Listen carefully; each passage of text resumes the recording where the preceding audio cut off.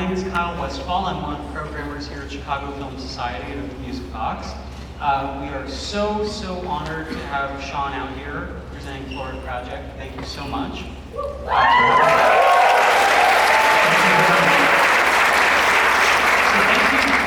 making the film and making this print, which we're going to talk about in a minute. I just want to kind of give people an idea of what to expect. We're going to talk for a little while about the film, and then we're going to take audience questions at the end. There is going to be a microphone set up in the aisle, I believe. I can't see with the spotlight, but it's going to be there. And so if people have questions, they should start queuing up. But I first just want to talk about this film and how it got made and how we got to see the print that was here tonight. So, you know, you had a career before this and shot a lot of things digitally, and with Tangerine, you were kind of known as the iPhone filmmaker. Why did you shoot this on 35, and what was the reaction of the financiers, the producers, everyone else when you were kind of changing up your shtick, saying you wanted to do that? Well, you know, I shot my first feature on 35 way back, which none of you have seen, and I'm kind of hoping that stays that way. No, actually, I've done a restoration on it, so it's coming out next year. But I'm an advocate for all mediums. Whatever medium works for the story you're telling, right? And also for your budget. Sometimes it's a budgetary constraint. And with Tangerine, the film I made before this on the iPhone, it was one of those things where it was like we had a very small budget, and it was locked at $100,000, and it was like, where can we start? How can we save money? Well, we have to look at the camera department first, and by doing that, we're saving literally thousands and thousands of dollars. And then, but once you make that, once you actually start entertaining that thought, you then have to say, well, how does it work for the story that I'm telling? How does it work, contextually? And how does it support your aesthetic, or how does that aesthetic work for your story? And so it's a discussion every time out. Now with Florida though, Florida was something in which I think I always knew I wanted to shoot this on film. First off, I knew I would have the budget, and I would be able to do that. But also, it was something about capturing. There's many reasons. Capturing the colors, I think. Celluloid, I feel, does something very distinctive with colors that digital cannot, especially with reds. There's an organic feel to celluloid that I don't care what anybody says cannot be duplicated with digital. It just simply cannot. And I can't really, I don't think any of us can truly articulate the difference between, or what that little thing is, what that beautiful quality that celluloid brings. It's very hard to describe, so I just like to say it's organic. You can feel the chemical process has occurred. And it feels, and that's totally separate from projection. Projection is a whole other thing. Projection, it's really sad that we have been forced to adopt digital projection. It was kind of, the filmmakers never had a say in it. It was completely an economical choice by the industry. And so I feel that seeing this like this tonight, I have to tell you, it looks a lot better than anybody who saw a DCP of this film. It's alive. There's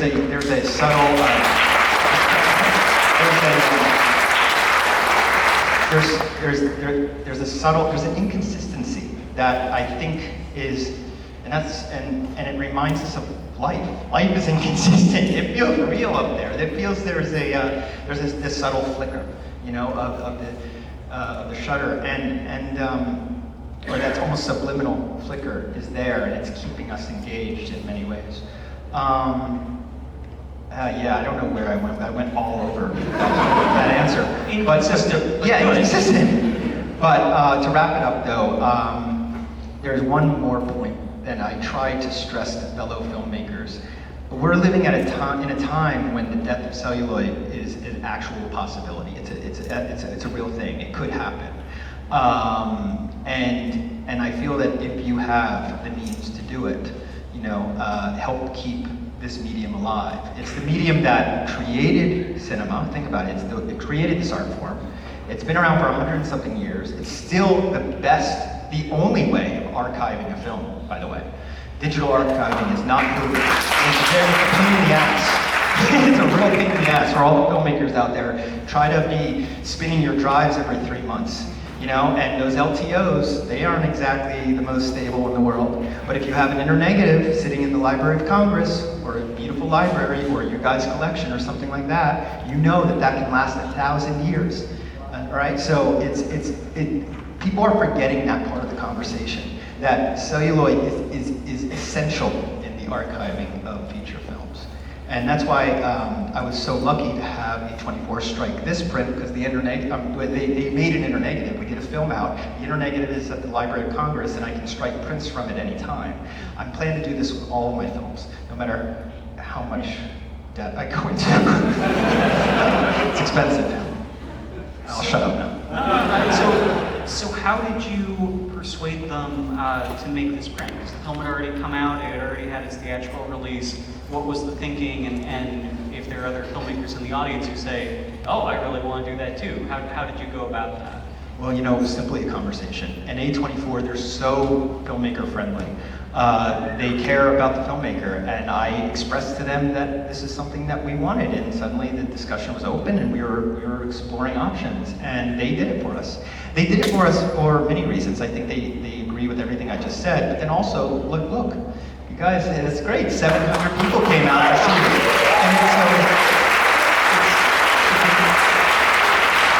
And there's a business opportunity for the distributors as well to have these special one-off screenings, I feel. And so, yes.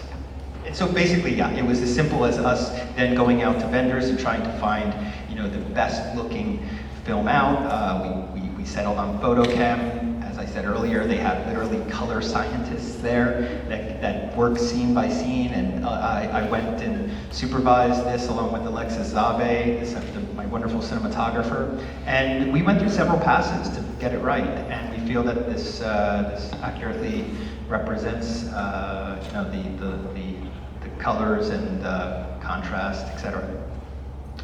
So I have another question about that.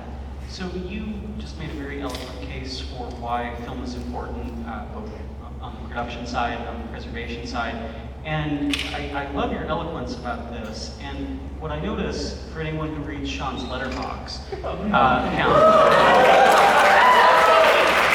so that was about 3 people, right? Okay, so you're always very kind, even when it's a film that you don't necessarily like. My mother taught me if you don't have anything nice to say, don't say anything at all. Yeah, but you also, even very nicely, make the point that sometimes you're watching a film and it would have been better if it was shot on 35.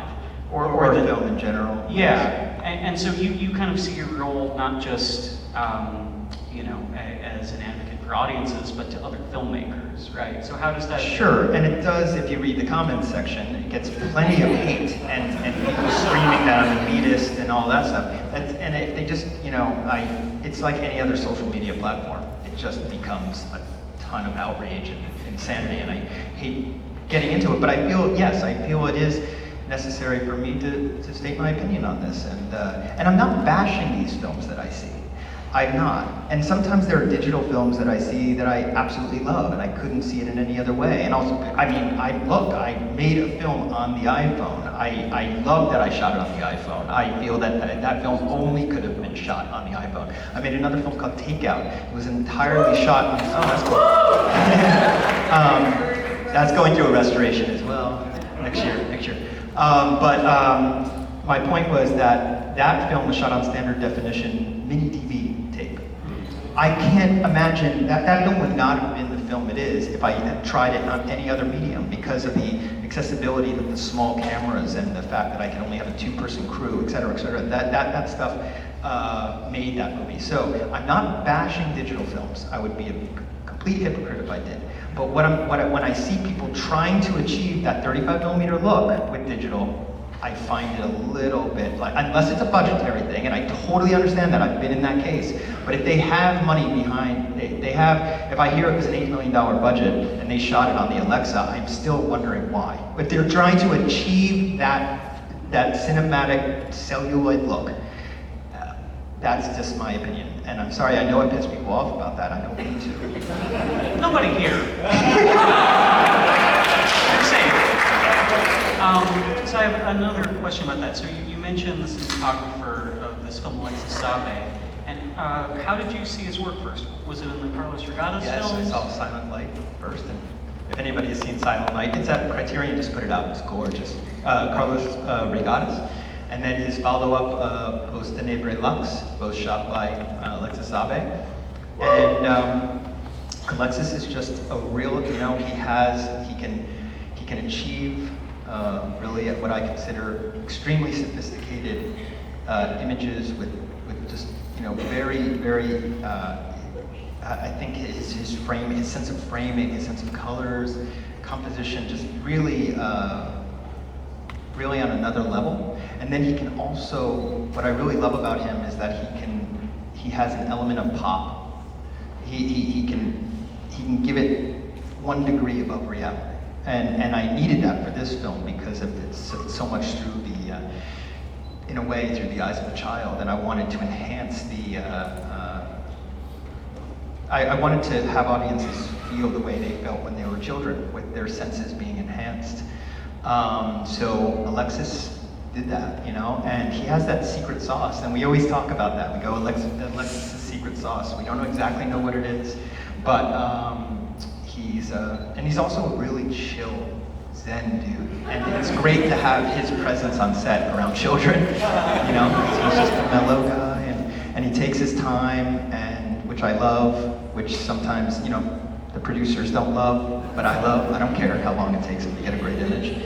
And then the last thing I was going to say about him is that, he also does a lot of music videos and commercials, so he's constantly working and really practicing his craft. And he did the Pharrell's Happy video, that 24-hour music video that went through the streets of LA, and he did a lot of the N-word videos. So you can see he has that pop sensibility too. He really knows how to work with colors. So you